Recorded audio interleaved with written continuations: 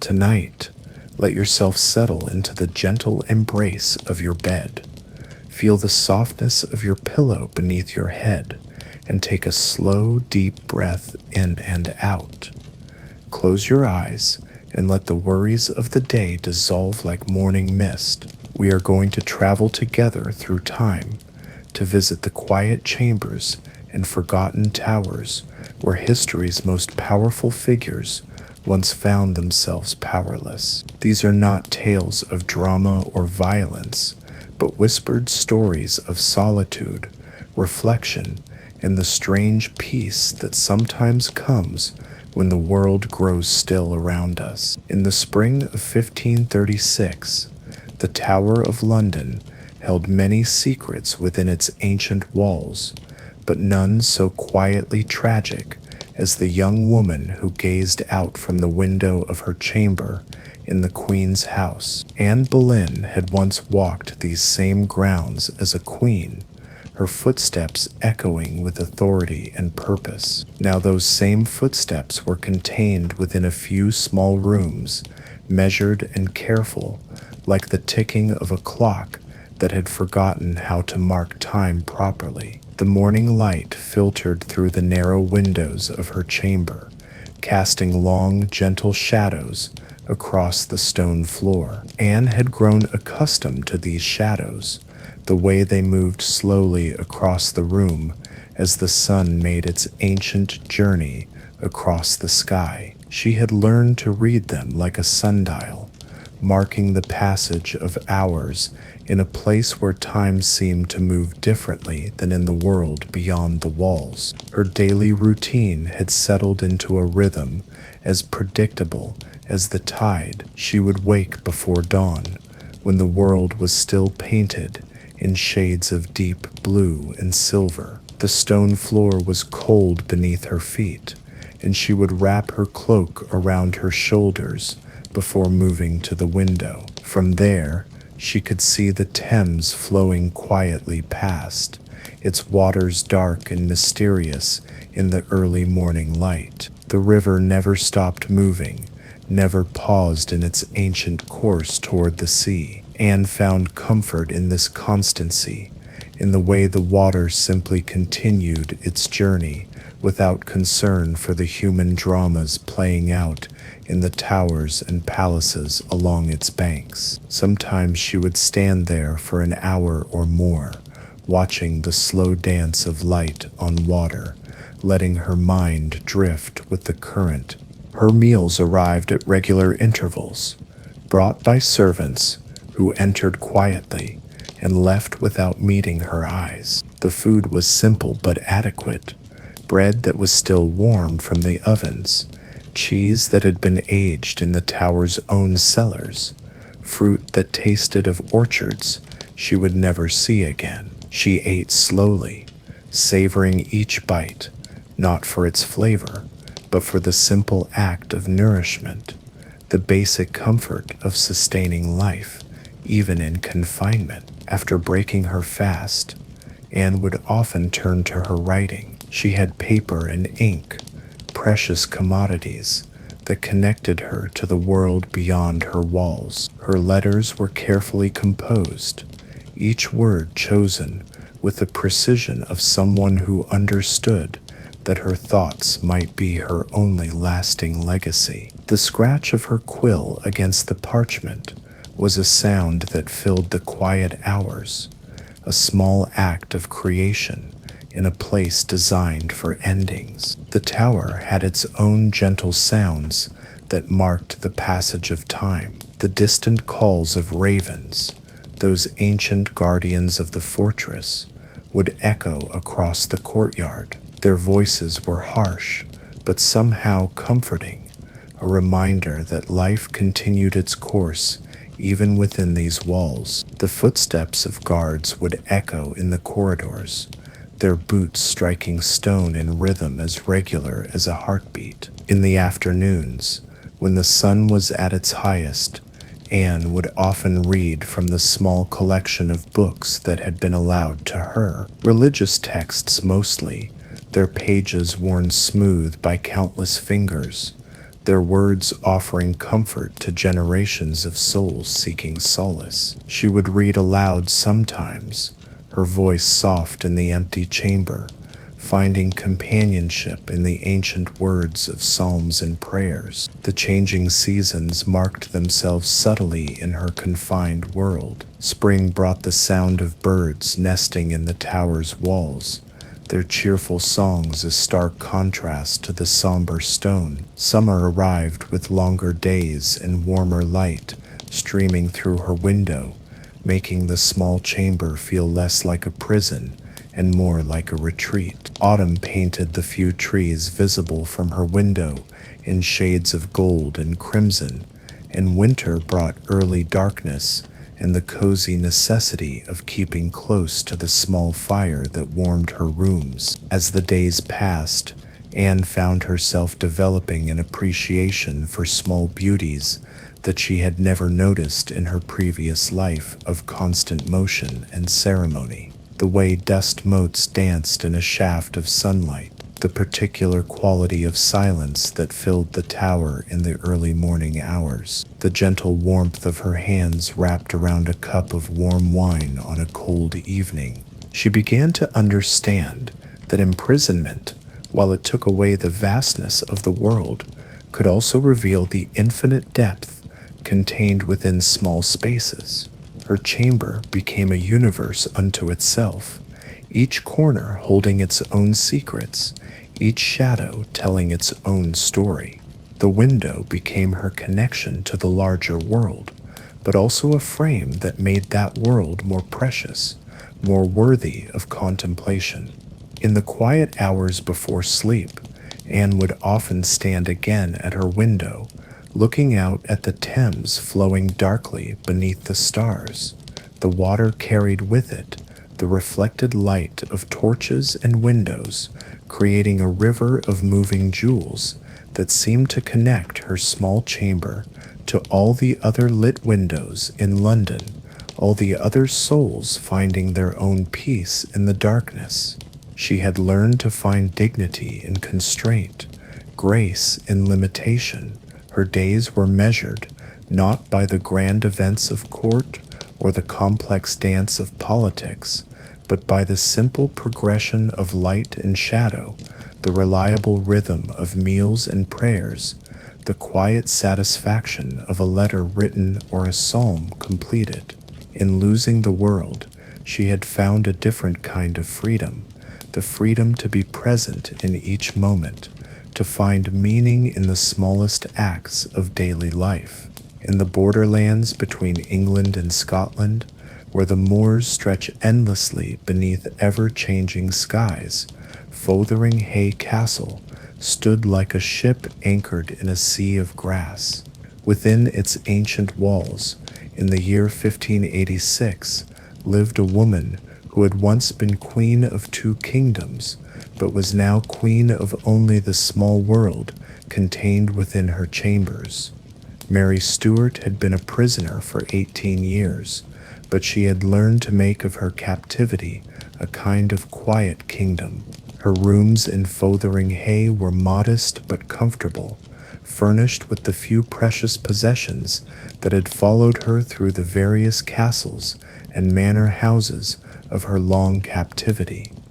A small collection of books, their leather bindings worn smooth by her fingers, a writing desk that had been her companion through countless letters and petitions, a crucifix that caught the morning light and cast gentle shadows on the wall.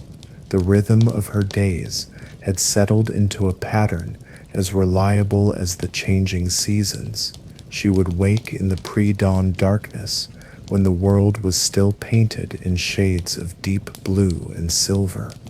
The stone walls of her chamber held the coolness of the night, and she would wrap her shawl around her shoulders before moving to the window to watch the sun rise over the Northamptonshire countryside. From her window she could see the rolling fields that stretched to the horizon, their colors changing with the seasons like a vast living tapestry. In spring the landscape was painted in every shade of green imaginable, from the pale new grass to the deep emerald of ancient oak trees. Summer brought waves of golden grain that moved like water in the wind, and autumn set the world ablaze with colors that seemed to glow from within.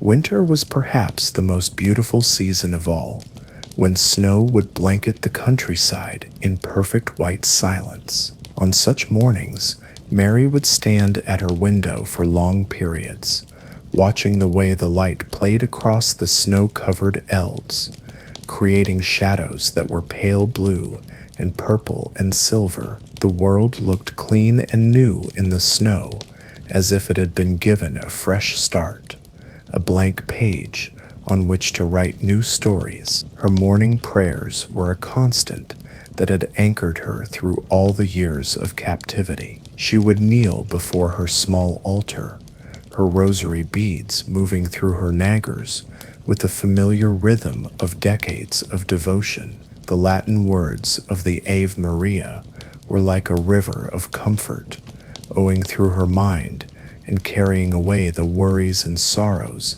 that might otherwise overwhelm her. In prayer, she found a connection to something larger than her earthly circumstances, a reminder that her true kingdom was not of this world. After her morning devotions, Mary would often turn to her embroidery, a skill that had become both a practical necessity and a form of meditation. Her needlework was exquisite, each stitch placed with careful precision, each color chosen to create patterns that told stories or conveyed hidden meanings. She would work for hours at a time, her naggers moving with the practiced ease of someone who had found in this quiet craft a way to make beauty from the simple materials at hand. The threads she used were like a palette of colors that could transport her to different worlds. Deep blues that reminded her of the Scottish locks of her youth, golden yellows that caught the light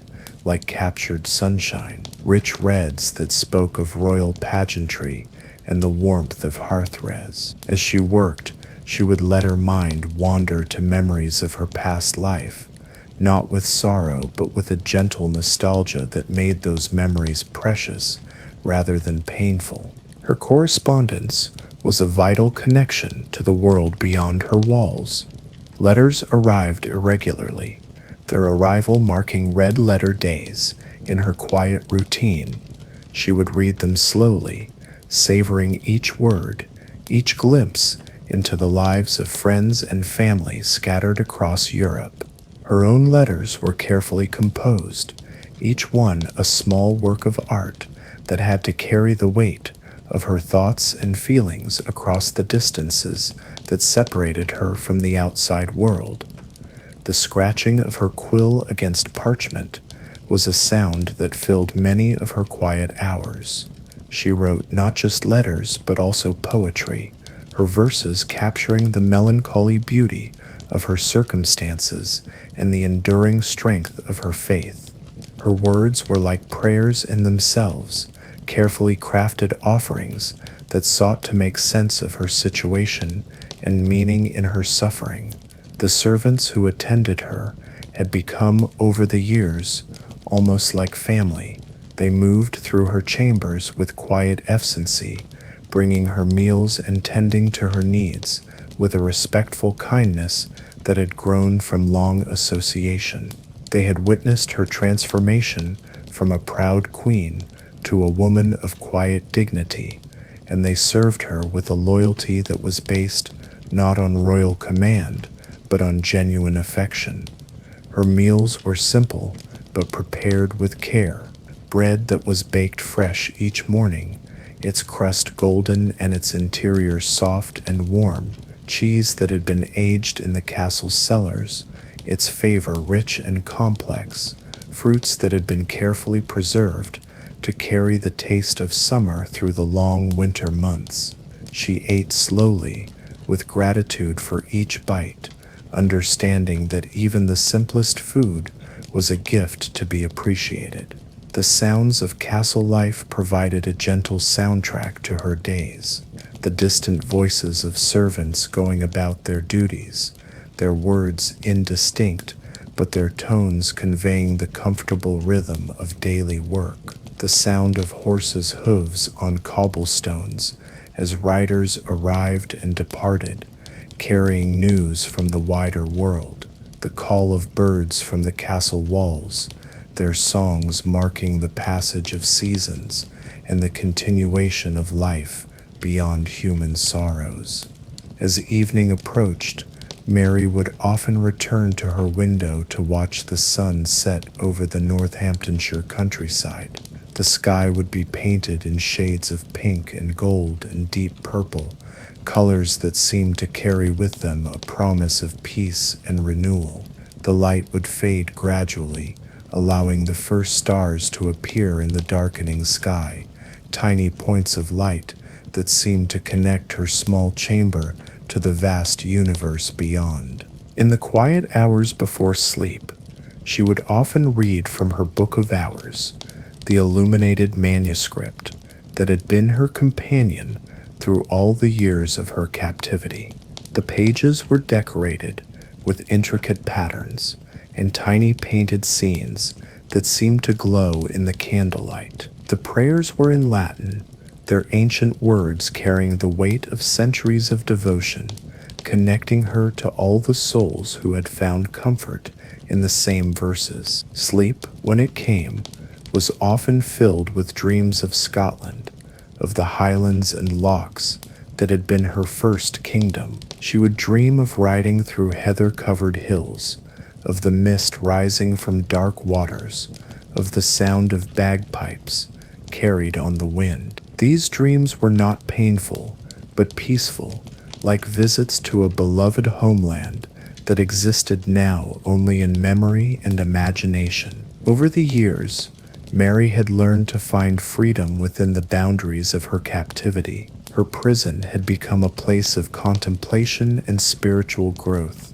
where she had discovered depths of faith and resilience that she might never have found in the busy world of courts and politics. She had learned to be content with small pleasures, to find meaning in quiet moments, to trust in a providence that might work in ways beyond human understanding. The changing seasons marked the passage of time in her small world, each one bringing its own gifts of beauty and contemplation. Spring brought the return of birdsong and the gentle warmth of longer days. Summer filled her chambers with golden light and the perfume of flowers blooming in the castle gardens. Autumn painted the world in colors that seemed to speak of abundance and harvest, even in captivity. Winter brought the quiet beauty of snow and the cozy warmth of fires in the hearth. Through it all, Mary maintained her dignity and grace, conducting herself with the bearing of a queen, even in circumstances that might have broken a lesser spirit. She had learned that true nobility came not from external circumstances, but from the way one faced whatever life might bring, with courage and faith, and an unshakable commitment to maintaining one's principles, even when the world seemed to have forgotten them. St. Helena rises from the South Atlantic like a green jewel set in an endless expanse of blue. On this small island, 1,500 miles from the nearest continent, Napoleon Bonaparte had found himself in the most complete exile imaginable. The man who had once commanded armies across Europe now commanded nothing more than the small staff of his modest house and the routine of his carefully ordered days. Longwood House, his final residence, was a simple building that bore no resemblance to the palaces he had known. The rooms were modest, the furniture functional rather than elegant, the views limited to the island's rolling hills and the endless ocean beyond. Yet within these constraints, Napoleon had created for himself a small empire of routine and contemplation, a kingdom of memory and reflection, where he ruled over his own thoughts with the same attention to detail he had once applied to governing nations. His days began early, often before sunrise, when the island was still wrapped in the cool darkness of night. The sound of waves breaking against the distant cliffs was a constant companion, a gentle percussion that had become the soundtrack of his exile. He would rise from his narrow bed and move to the window, looking out at the vast ocean that stretched to every horizon, its surface painted in shades of deep blue and silver by the pre-dawn light. The isolation of the island was complete, but it had its own stark beauty. The landscape was unlike anything he had known in Europe, with its dramatic cliffs and hidden valleys, its strange plants and unfamiliar birds. The air was clean and salt-tinged, carrying with it the scent of the ocean and the wild flowers that grew in the island's remote corners. In the early morning hours before the heat of the day, he would sometimes walk the paths around Longwood, his steps measured and deliberate, taking in the details of his small kingdom. His morning routine was as precise as any military campaign. He would dress carefully, maintaining the standards of appearance that had been ingrained in him through decades of public life. His hair was brushed and arranged, his clothes pressed and neat, his bearing erect and dignified. Even in exile, even in the most remote corner of the world, he maintained the bearing of an emperor, finding in these small rituals a way to preserve his sense of self and dignity. Breakfast was a simple affair, taken in the small dining room that overlooked the garden. The food was basic but adequate: bread that had been baked in the island's ovens, eggs from the local chickens, coffee that had been carefully rationed and prepared with the attention due to a precious commodity. He ate slowly, savoring each bite, not for its flavor, but for the simple act of nourishment, the basic comfort of sustaining life, even in the most remote circumstances. The bulk of his mornings were devoted to dictation, the great work of his exile.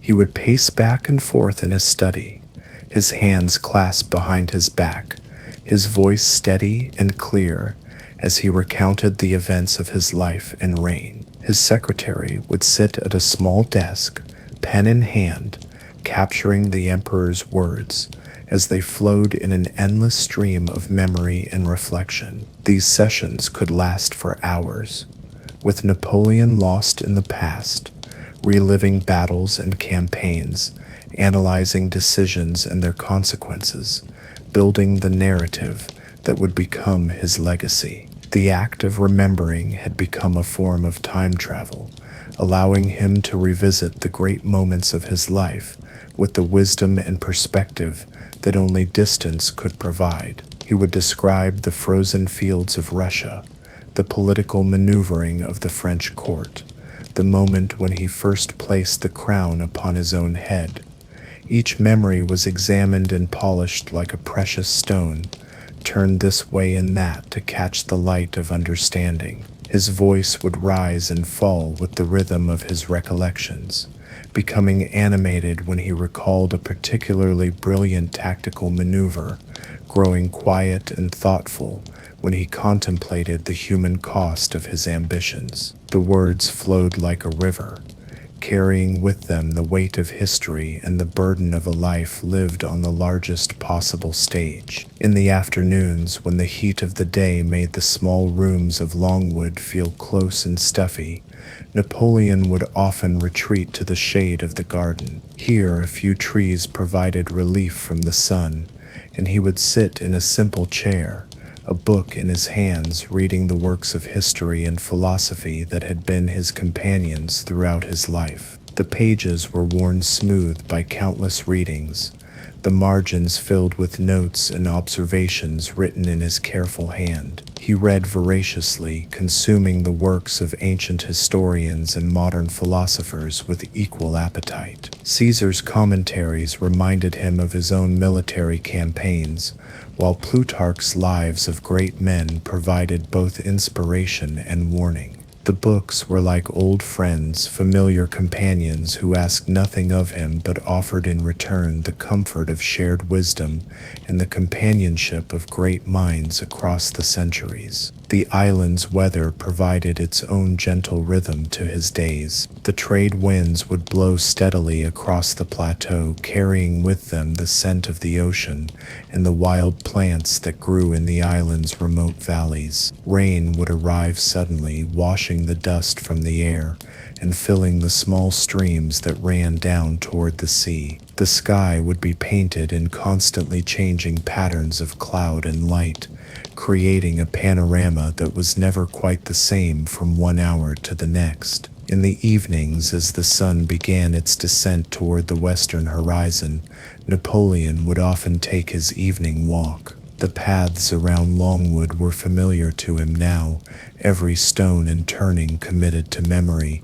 He would walk slowly, his hands clasped behind his back, his eyes taking in the details of the landscape that had become his world. The light would be golden and warm, painting the hills and valleys in shades of amber and rose. The sound of his footsteps on the gravel path was rhythmic and meditative, a percussion that helped organize his thoughts and bring order to the memories that crowded his mind. He would often pause at particular spots along the route, places where the view was especially beautiful or where some association had made the location particularly meaningful. These pauses were like punctuation marks in the sentence of his walk, moments of stillness in the flow of movement. Dinner was taken in the small dining room, often with the few companions who shared his exile. The conversation was quiet and civilized, touching on the events of the day, the books they had been reading, the news that occasionally arrived from the distant world. The food was simple, but prepared with care, each meal a small ceremony that marked the passage of time and maintained the civilized routines that connected them to the larger world of human culture and companionship. The island's isolation meant that news from Europe arrived weeks or months after the events it described. These dispatches were like messages from another world, carrying word of political changes and military campaigns that seemed to belong to a different age.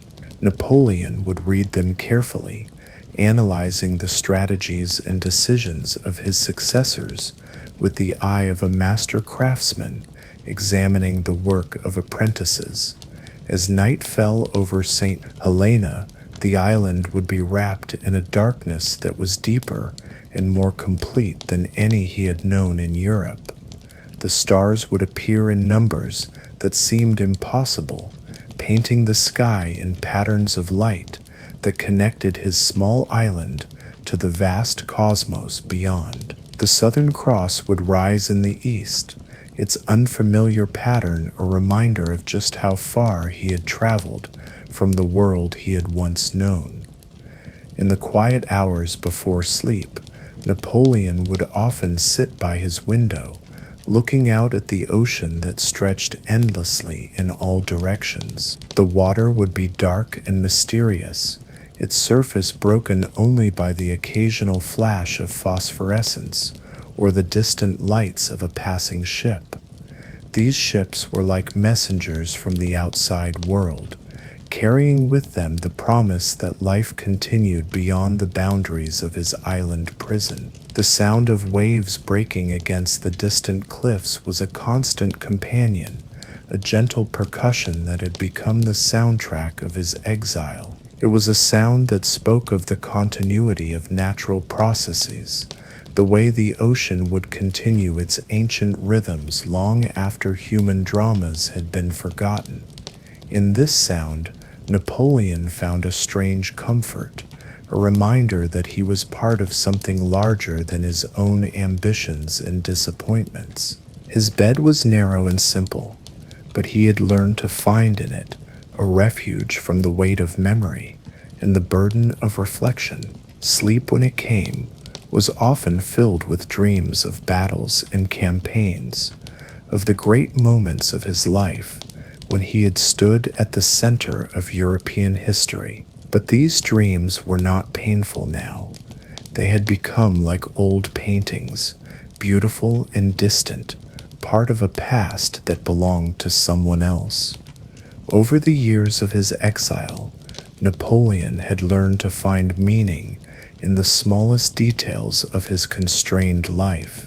The way the light fell across his study in the morning, the particular quality of silence that filled the house in the afternoon, the gentle warmth of his hands wrapped around a cup of coffee on a cool evening.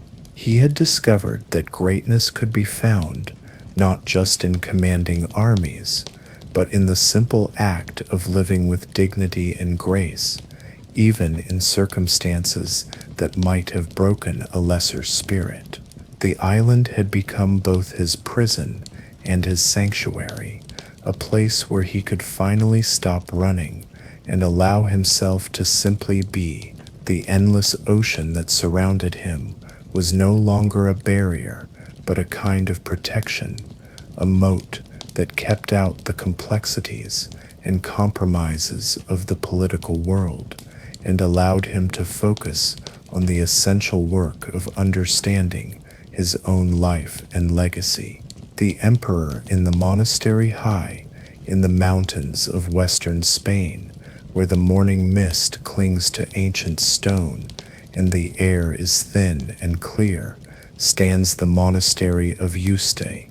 In the year 1556, these peaceful walls sheltered one of the most powerful men in European history, who had chosen to trade the burden of empire for the quiet rhythms of monastic life. Charles V, Holy Roman Emperor, had abdicated his throne to seek in this remote valley the peace that had eluded him throughout his reign. The monastery was a world apart from the courts and palaces Charles had known. The buildings were simple and functional, built from local stone that had weathered to the color of warm honey.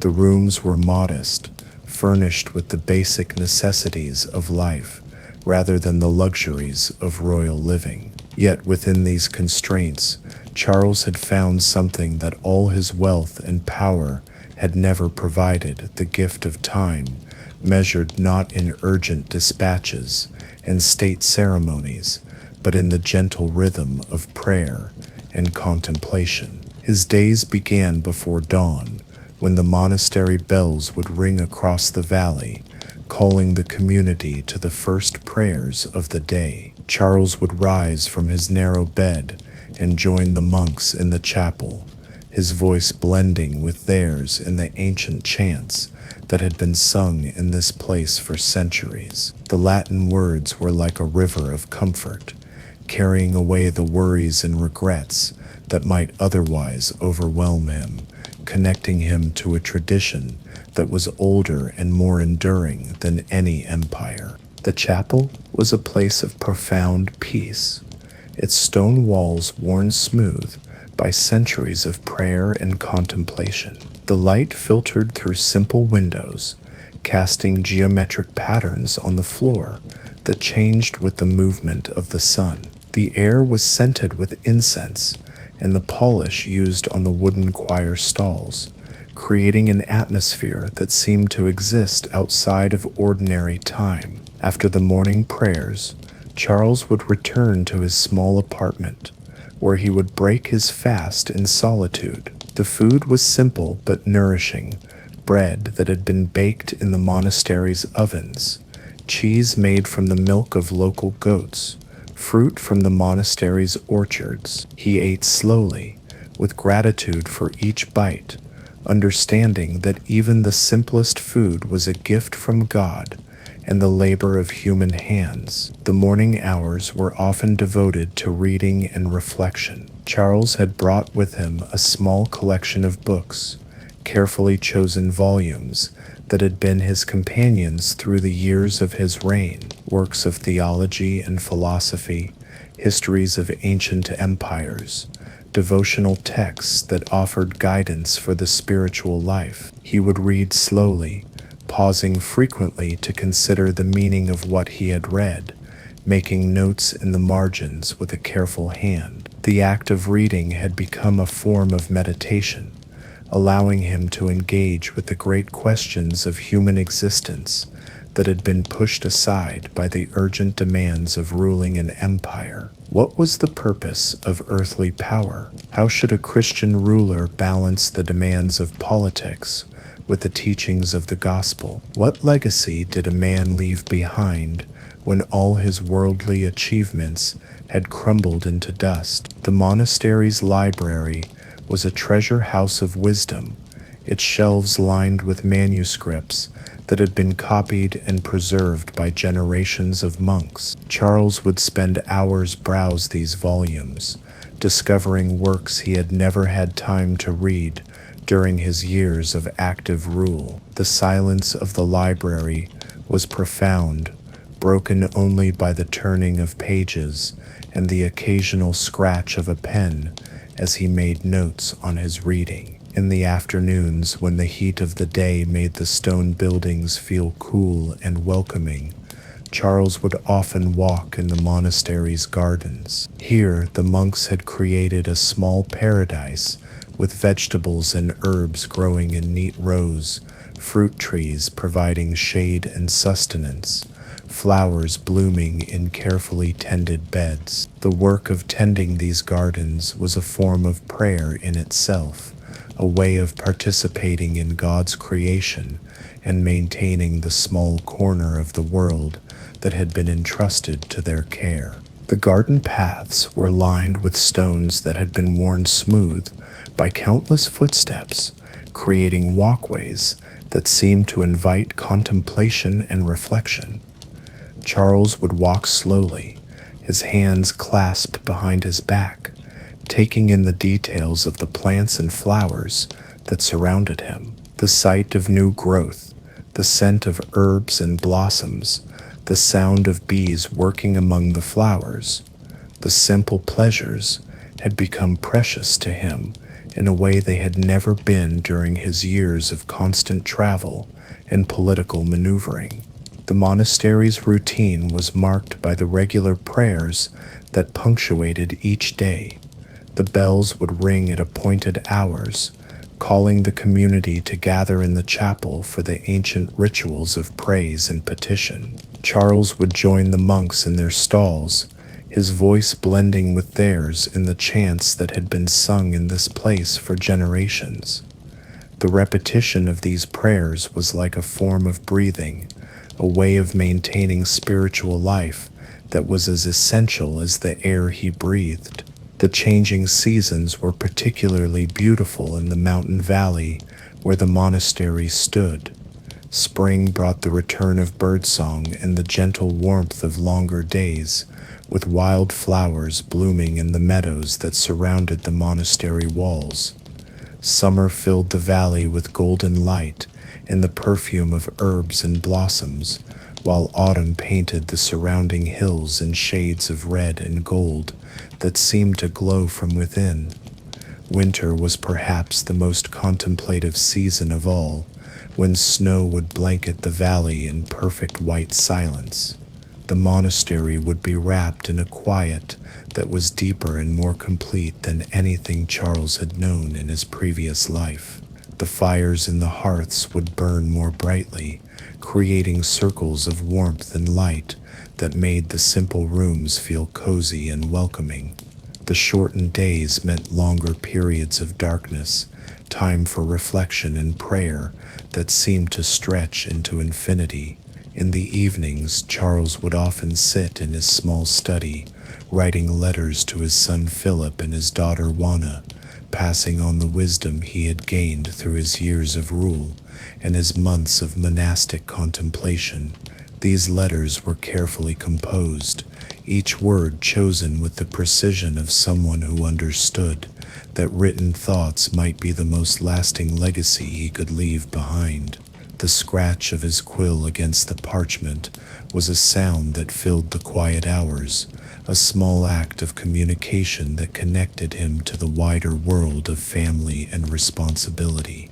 His correspondence also included letters to old friends and advisors, men who had shared the burdens of empire and who now continued to serve in the complex world of European politics. These letters were like windows into a world he had chosen to leave behind, offering glimpses of the ongoing struggles and triumphs of the kingdoms he had once ruled. He read the replies with interest but also with a sense of detachment, like someone reading about events in a distant country. The monastery had a small workshop where Charles had set up his collection of clocks and mechanical devices, a hobby that had provided him with relaxation during his years of rule. The delicate work of adjusting springs and gears was meditative, requiring a focus and attention to detail that left no room for the larger worries of politics and statecraft. The gentle ticking of the clocks was like a soundtrack to his contemplation, a reminder of the passage of time and the importance of using each moment wisely. As night fell over the valley, the monastery would be wrapped in a darkness that was profound and peaceful. The stars would appear in numbers that seemed impossible, painting the sky in patterns of light that connected his small corner of the world to the vast cosmos beyond. The silence was complete, broken only by the distant sound of night birds and the gentle whisper of wind through the trees that surrounded the monastery walls. In the quiet hours before sleep, Charles would often kneel in prayer, offering thanks for the day's blessings and asking for guidance in the spiritual journey that had become the primary focus of his life. The act of prayer was like a form of breathing, a way of maintaining spiritual life that was as essential as the air he breathed. In these moments of communion with God, he found a peace that had eluded him throughout his years of worldly power and responsibility. His bed was narrow and simple, but he had learned to find in it a refuge from the weight of memory and the burden of reflection. Sleep, when it came, was often filled with dreams of his childhood in the Netherlands, of the peaceful gardens and quiet rooms where he had learned to love solitude and contemplation. These dreams were not painful, but comforting, like visits to a homeland that had existed all along in the deepest part of his heart. Over the months of his residence at Yuste, Charles had learned to find meaning in the smallest details of monastic life. The way the light fell across the chapel during morning prayers, the particular quality of silence that filled the monastery in the afternoon, the gentle warmth of his hands wrapped around a cup of warm wine on a cool evening. He had discovered that greatness could be found not just in commanding armies or ruling nations, but in the simple act of living with dignity and grace, in harmony with the rhythms of prayer and contemplation that had sustained communities of believers for centuries. The monastery had become both his retreat and his school, a place where he could finally learn the lessons that had been obscured by the noise and complexity of imperial power. The mountains that surrounded Yuste were like walls that protected him from the world's demands, allowing him to focus on the essential work of preparing his soul for the next stage of his eternal journey. The last emperor of Byzantium. In the spring of 1453, Constantinople was a city caught between two worlds. For more than 1,000 years, it had been the jewel of the Byzantine Empire, the last echo of ancient Rome, its walls and palaces holding within them the memories of countless emperors and the accumulated wisdom of ages. Now, as the Ottoman armies gathered outside its ancient walls, the city had become something else entirely, a beautiful relic preparing for its final transformation. Constantine XI Palaiologos, The last emperor of Byzantium spent his final weeks in the imperial palace, a complex of buildings that had grown organically over the centuries, each generation adding its own rooms and courtyards to the ancient structure. The palace was a maze of memories, its corridors echoing with the footsteps of emperors and empresses, courtiers and scholars, all the countless souls who had made this place the center of their world. The emperor's daily routine had taken on a quality of ritual, as if by maintaining the forms and ceremonies of imperial life, he could somehow preserve the empire itself. The morning hours were often devoted to meetings with his advisors and military commanders, men who had chosen to remain in the city despite the hopelessness of their situation. These meetings were held in the throne room, a vast chamber whose walls were covered with mosaics depicting the victories of past emperors, their golden tesserae catching the light that filtered through the high windows. The discussions were practical and immediate. The state of the walls, the distribution of ammunition, the morale of the defenders. Yet even in these urgent consultations, there was a quality of dreamlike unreality, as if the participants were actors in a play whose ending had already been written. The emperor would listen carefully to each report, asking questions and making decisions with the same attention to detail he had always brought to the business of governance. The forms of imperial authority were maintained even as the substance of that authority was slowly ebbing away. Between meetings, Constantine would often retreat to his private study, a small room that overlooked the Bosphorus. From his window, he could see the waters of the strait sparkling in the sunlight, their surface broken only by the sails of ships that still traveled between Europe and Asia. The view was achingly beautiful,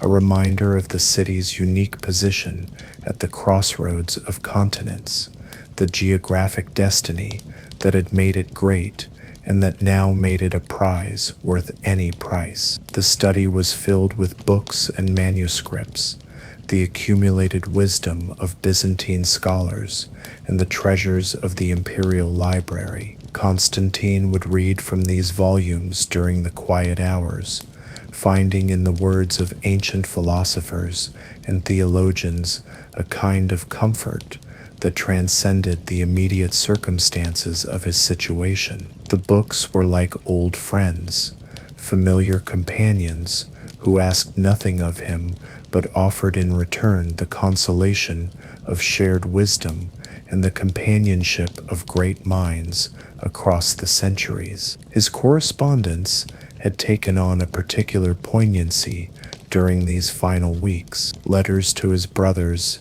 in the Peloponnese, to allied rulers in the West, to the Patriarch of Constantinople, and other religious leaders. Each letter was carefully composed, written with the awareness that it might be among the last communications from the Byzantine Empire to the outside world. The words were chosen with the precision of someone who understood that written thoughts might be the most lasting legacy he could leave behind. The scratching of his quill against the parchment was a sound that filled many of his quiet hours, a small act of communication that connected him to the wider world of family and faith. The letters were like messages in bottles, cast into the sea of time, with the hope that they might reach their intended recipients and carry with them some echo of the dignity and grace with which the empire was facing its end. In the afternoons, Constantine would often walk the walls of the city, inspecting the defenses and speaking with the soldiers who had chosen to remain at their posts. The walls of Constantinople were legendary, built by Constantine the Great and strengthened by generations of emperors, their massive stones a testament to the engineering skills of the ancients. From the ramparts, the emperor could see the Ottoman camps spread across the hills outside the city, their tents and banners a reminder of the forces that would soon test these ancient defenses. The soldiers who defended the walls were a mixture of Greeks, Italians, and other volunteers who had come to fight for the last Christian empire in the East. They greeted their emperor with respect and affection, understanding that he had chosen to share their fate rather than flee to safety. Their conversations were quiet and practical, focused on the immediate needs of defense rather than the larger questions of destiny and fate. The sound of hammering and sawing filled the air as the defenders prepared for the siege, strengthening weak points in the walls and building barricades in the streets. The noise was a constant reminder of the approaching conflict, but it was also a sound of life and determination, proof that the city had not yet surrendered to despair. The emperor found in these sounds a kind of comfort, evidence that the spirit of resistance was still alive in his people. As evening approached, Constantine would often return to the palace chapel for vespers, the ancient service that marked the end of the day. The chapel would be filled with the soft light of candles and oil lamps, their flames flickering in the slight breeze that drifted through the building. The chanting of the psalms was like a river of comfort,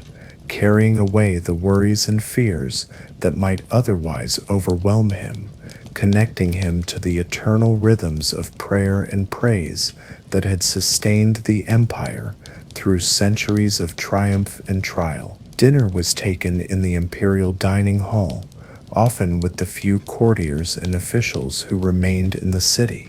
The conversation was civilized and measured, touching on literature and philosophy, memories of better times, hopes for the future that lay beyond the immediate crisis. The food was prepared with the same care that had characterized imperial banquets for centuries, though the ingredients were simpler and the portions smaller than in the days of the empire's wealth and power. The dining hall was decorated with tapestries and mosaics that depicted the glorious history of the empire, its walls telling the story of 1,000 years of Christian civilization in the East. The emperor would sometimes pause in his conversation to study these images, finding in them a reminder of the long chain of tradition and faith that connected him to his predecessors and that would in some form outlast the destruction of the earthly kingdom. As night fell over Constantinople, the city would be wrapped in a darkness that was both beautiful and ominous. The lights of the Ottoman camps would twinkle like stars in the hills outside the walls, while within the city itself, the windows of houses and churches would glow with the warm light of candles and oil lamps. The contrast was striking, the besiegers and the besieged each preparing in their own way for the test that was to come. In the quiet hours before sleep, Constantine would often stand on the palace balcony, looking out over the city he had sworn to defend. The domes and minarets of Constantinople were silhouetted against the starlit sky, their familiar shapes a reminder of the city's unique character and the civilization it represented. The sound of the waves lapping against the seawall below was a constant companion, a gentle percussion that spoke of the continuity of natural processes, even in the midst of human conflict. The emperor's prayers in these final hours were particularly fervent, not for his own salvation, but for the souls of his people and the preservation of their faith in whatever form of captivity might await them. He prayed for the soldiers on the walls, for the women and children who had sought sanctuary in the city's churches, for the priests and monks who continued to maintain the ancient liturgies, even as the world around them prepared to change forever. His sleep, when it came, was often filled with dreams of the city's past, of the great emperors who had ruled from this palace, of the scholars and saints who had made Constantinople a beacon of learning and faith. These dreams were not painful, but comforting, like visits to a homeland that existed now only in memory and imagination,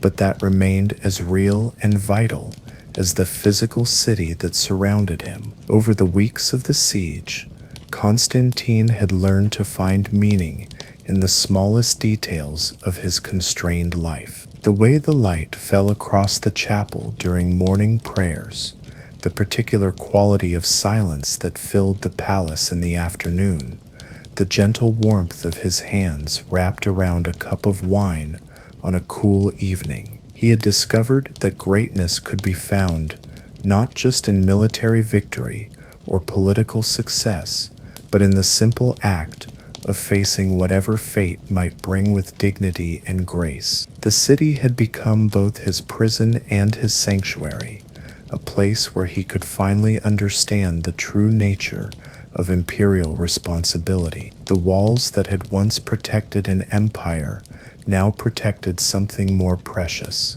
the last remnant of a civilization that had been built on the marriage of Greek wisdom and Christian faith, a unique culture that had survived the fall of Rome and the rise of Islam, and that would, in some form, continue to influence the world long after the last emperor had fallen defending his city. In the final days before the assault, Constantine's routine took on an almost liturgical quality, each action performed with the awareness that it might be the last time he would pray in this chapel, walk in these gardens, or look out over the waters of the Bosphorus. Yet there was no despair in his preparations, only a quiet dignity that came from understanding that some things were worth defending even when victory was impossible, that the act of resistance itself was a form of victory that transcended the immediate circumstances of military defeat.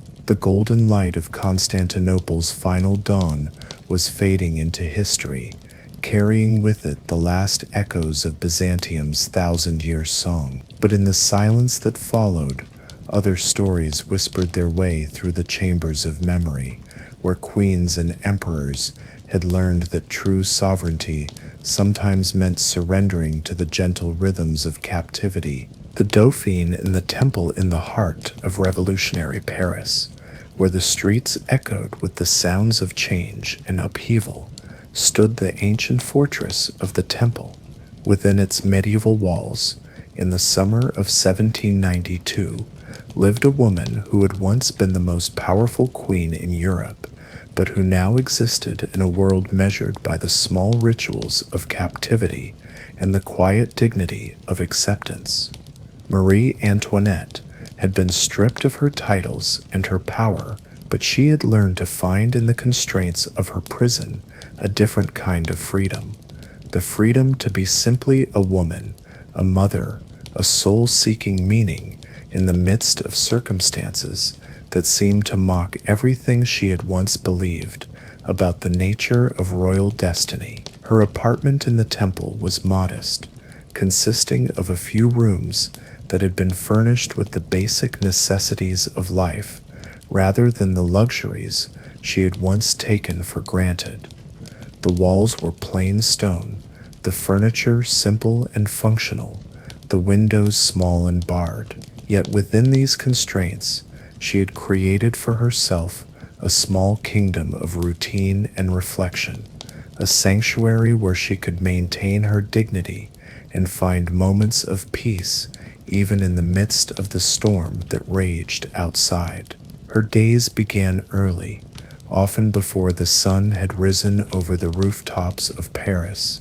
The sound of the city awakening would drift through her window, the clip-clop of horses' hooves on cobblestones, the calls of vendors beginning their daily rounds, the distant sound of church bells marking the passage of time. She would rise from her narrow bed and kneel in prayer, her rosary beads moving through her fingers with the familiar rhythm of decades of devotion. The prayers were in Latin, the language of the church and the liturgy, their ancient words carrying the weight of centuries of faith and tradition.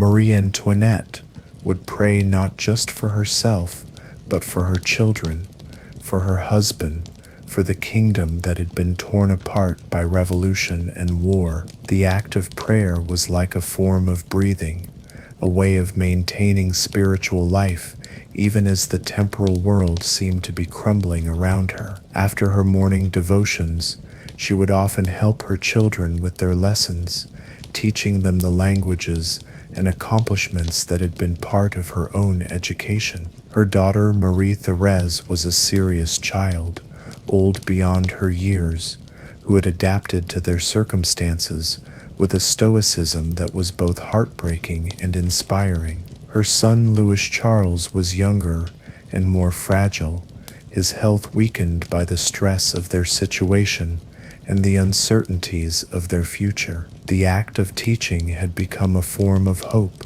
a way of preserving the cultural traditions that had shaped their family for generations. She would read to them from the few books that had been allowed to them, carefully chosen volumes that offered both instruction and comfort. The stories of saints and heroes, the poems of French classical literature, the histories of ancient kingdoms, all of these became bridges that connected their small world to the larger universe of human experience and achievement. Her needlework had become both a practical necessity and a form of meditation.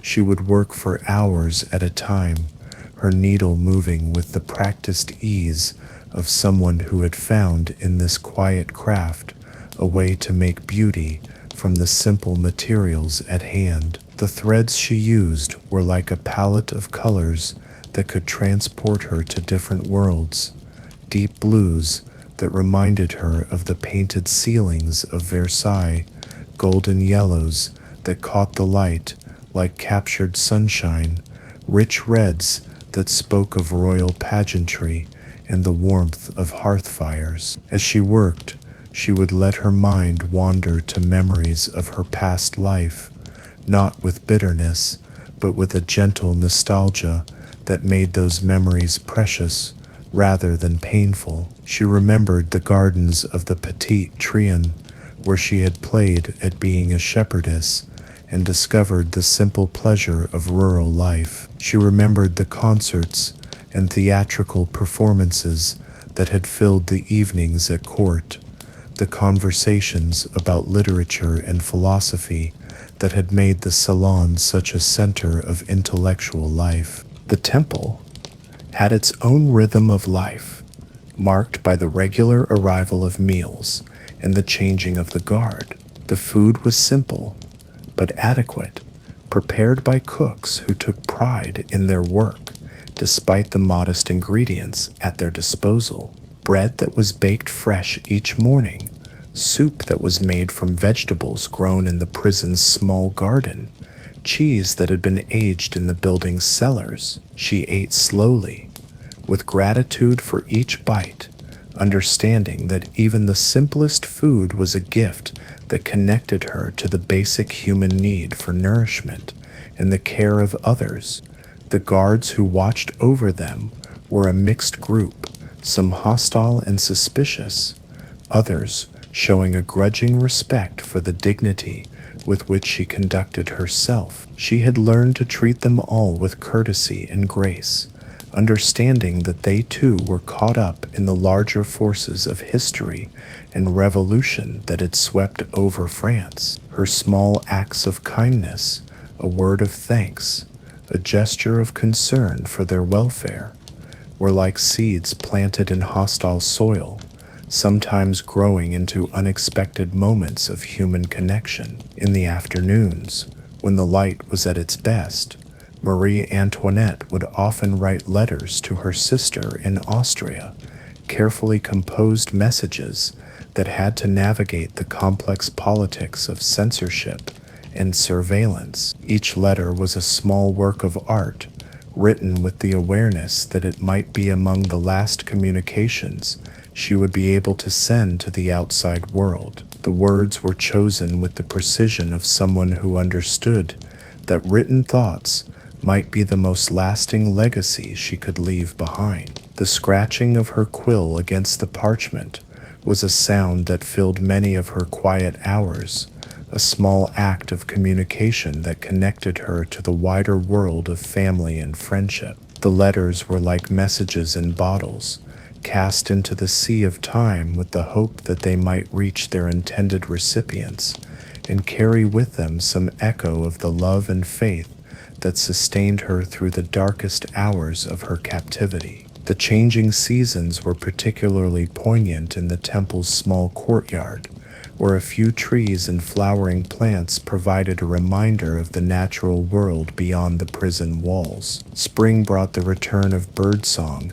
and the gentle warmth of longer days, with buds appearing on the branches and the first flowers pushing through the soil. Summer filled the courtyard with golden light and the perfume of blossoms, while autumn painted the leaves in shades of red and gold that seemed to glow from within. Winter was perhaps the most challenging season, when the cold stone walls of the temple offered little comfort, and the shortened days meant long periods of darkness. The fires in the hearths burned constantly, creating circles of warmth and light that made the small rooms feel less like cells and more like refuges. The sound of wind whistling through the courtyard was a constant companion, a reminder of the world beyond the walls and the forces of change that continued to shape the destiny of France. In the evenings, the family would gather in the main room of their apartment,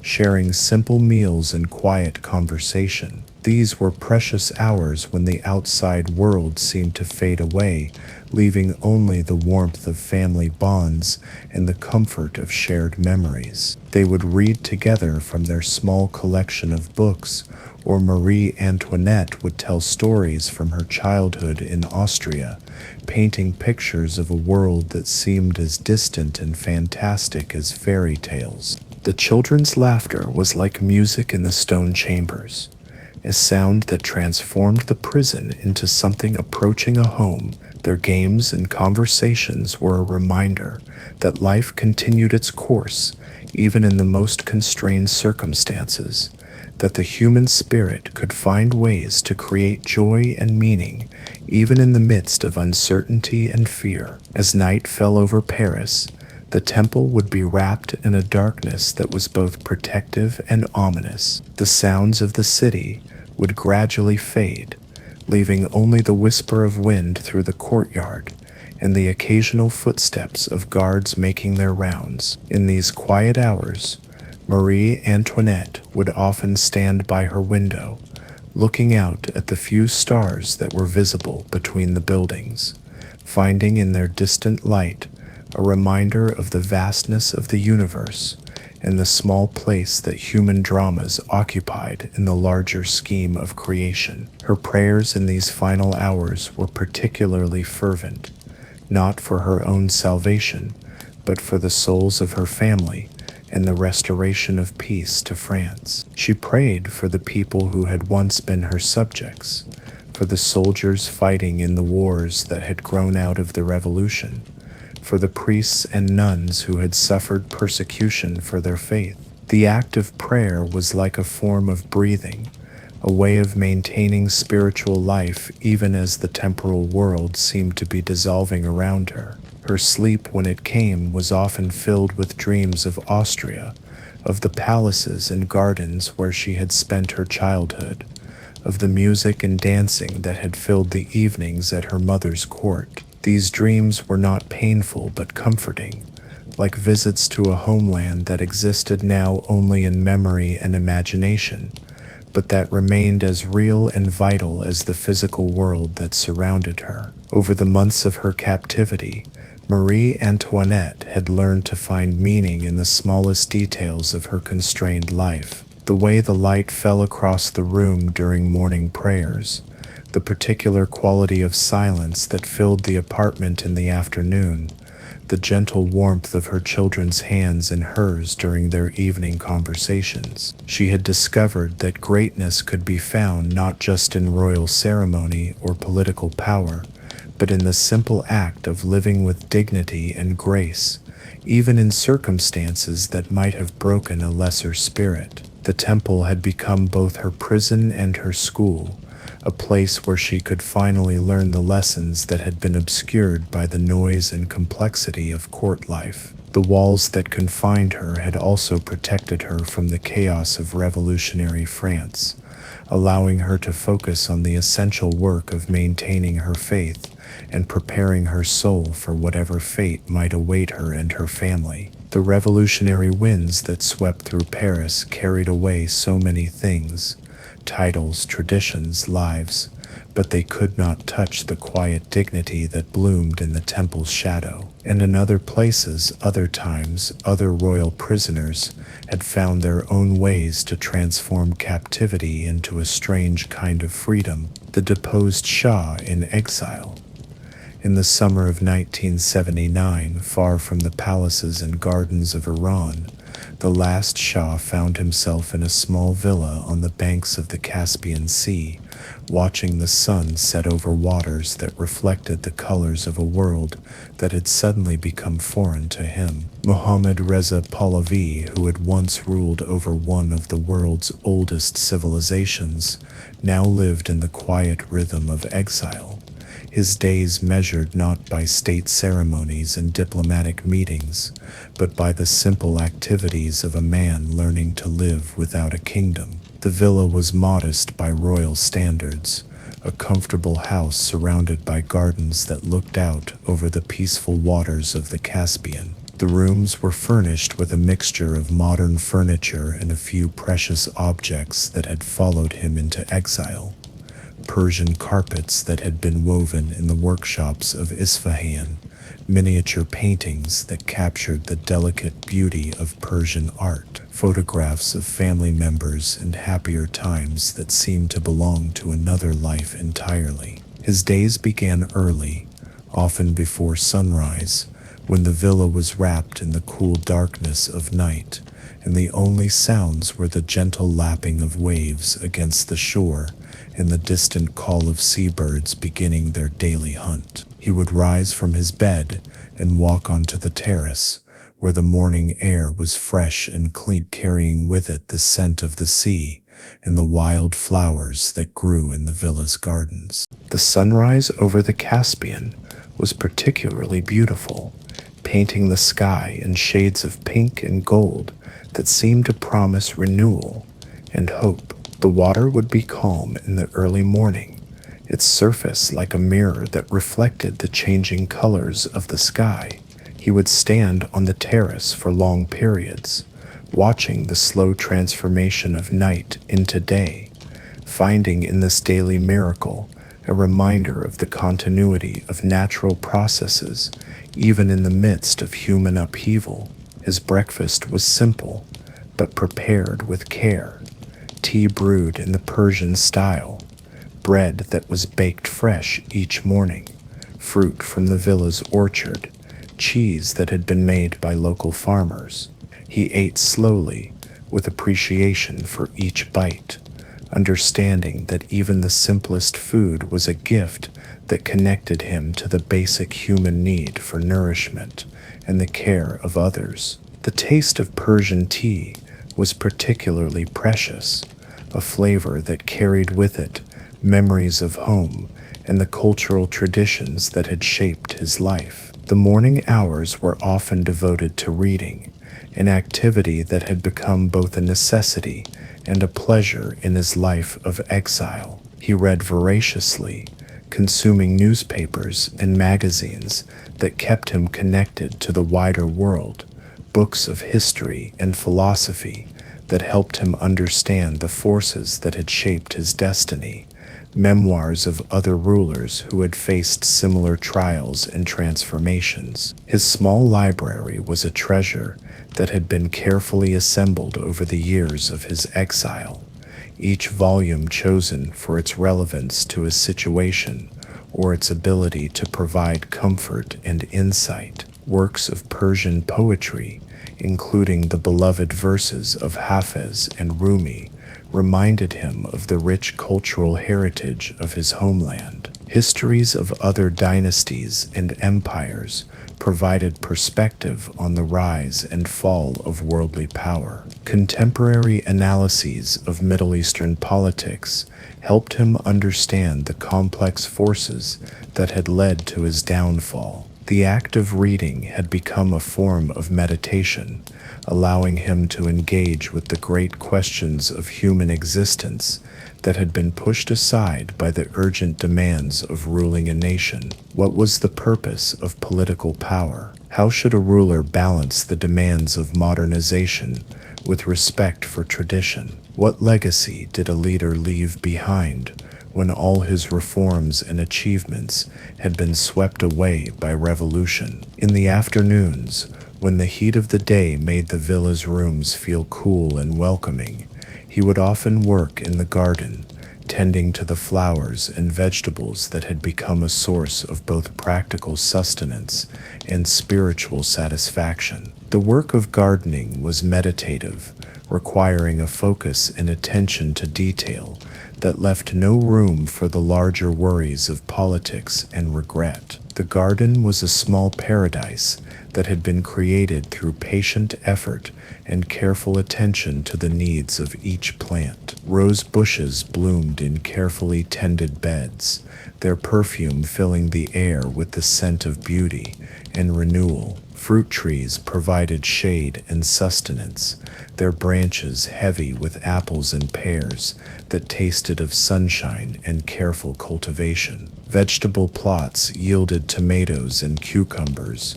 herbs and leafy greens that found their way to the villa's dinner table. The simple act of caring for growing things had become a form of hope, a way of participating in the eternal cycle of growth and harvest that connected him to the basic rhythms of agricultural life that had sustained Persian civilization for thousands of years. The soil was rich and dark, responsive to careful cultivation, producing abundance from the simple combination of seed, water, and patient attention. His correspondence was an important connection to the world beyond the villa's walls. Letters arrived from family members scattered around the world, from old friends and allies who had also been forced into exile, from supporters who still believed in the possibility of restoration. He would read these letters carefully, savoring each word, each glimpse into the lives of people who had once been part of his world. His own letters were carefully composed, each one a small work of art that had to carry the weight of his thoughts and feelings across the distances that separated him from friends and family. The scratching of his pen against paper was a sound that filled many of his quiet hours, a small act of communication that connected him to the wider world of human relationships and shared experience. The villa had a small study that looked out over the Caspian, where he would spend hours working on his memoirs, the great project of his exile. The act of remembering had become a form of archaeology, allowing him to excavate the layers of his life and examine the decisions and circumstances that had led to his current situation. He wrote not with bitterness, but with a desire to understand, to find meaning in the complex web of events that had shaped his destiny.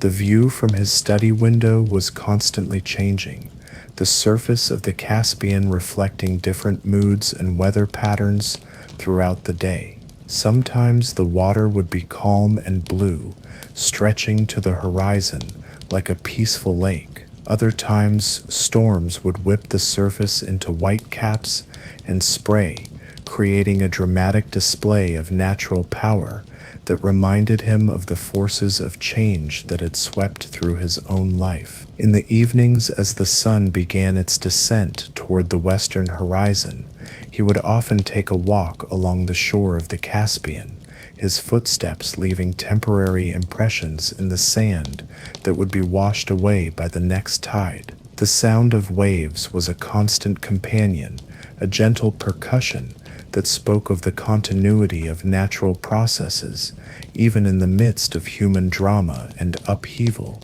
The beach was littered with shells and pieces of driftwood, small treasures that had been polished by the action of the waves and deposited on the shore like gifts from the sea. He would sometimes collect these objects, finding in their simple beauty a reminder of the way that time and natural forces could transform even the most mundane materials into something precious and worth preserving.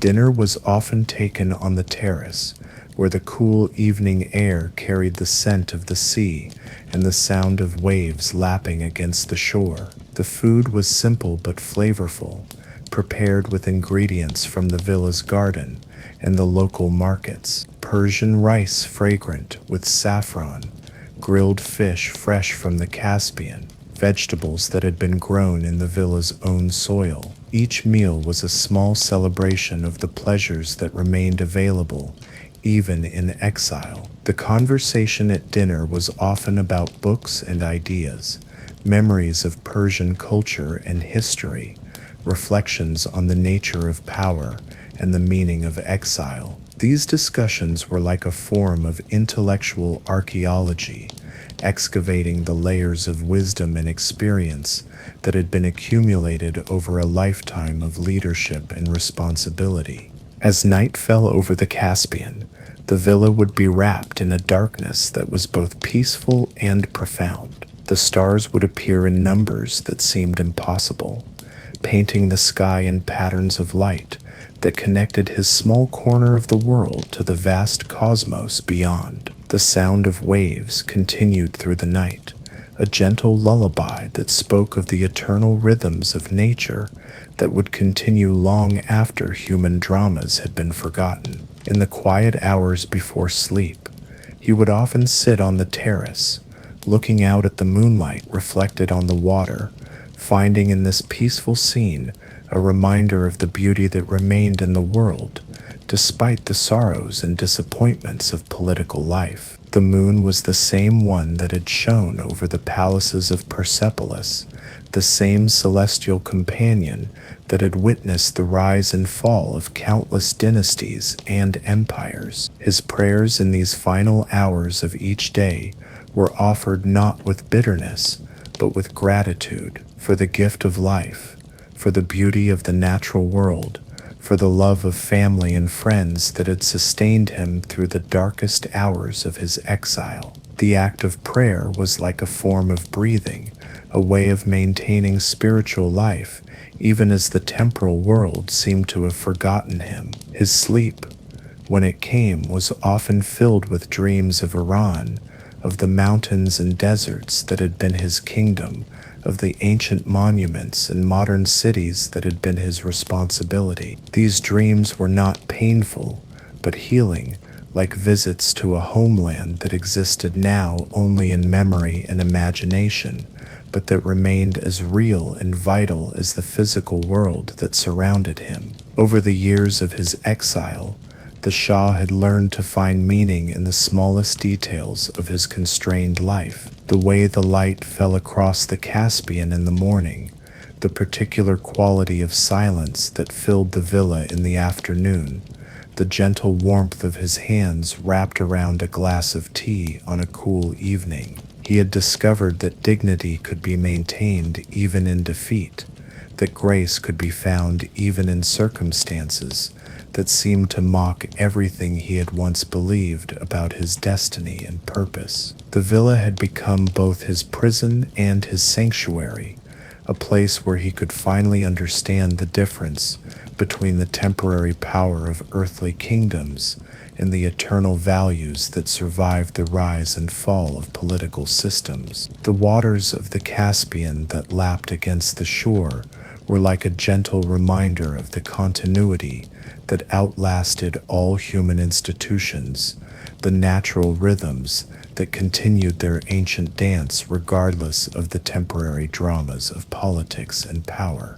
And so the stories flow like gentle rivers, carrying with them the echoes of lives that were once lived at the very center of the world's attention, but which found their truest meaning in the quiet moments of captivity and exile. Kings and queens, emperors and empresses, all learned in their own way that power is temporary, but that grace and dignity can be eternal. In towers and monasteries, on islands and in simple villas, these royal prisoners discovered that the human spirit can find freedom even within the most constrained circumstances. They learned to read the passage of time not in the grand events of history, but in the gentle movement of shadows across stone floors, the changing colors of distant horizons, the reliable rhythm of meals and prayers, and the small courtesies that make life bearable. Their stories remind us that even the most powerful people in history were, in the end, simply human beings seeking meaning and comfort in a world that could change without warning. They found their peace not in the grand gestures of political power, but in the simple acts of daily life. A letter written with care, a prayer offered with faith, a moment of beauty appreciated without reservation. Tonight, as you settle into your own quiet space, let these gentle stories carry you towards sleep.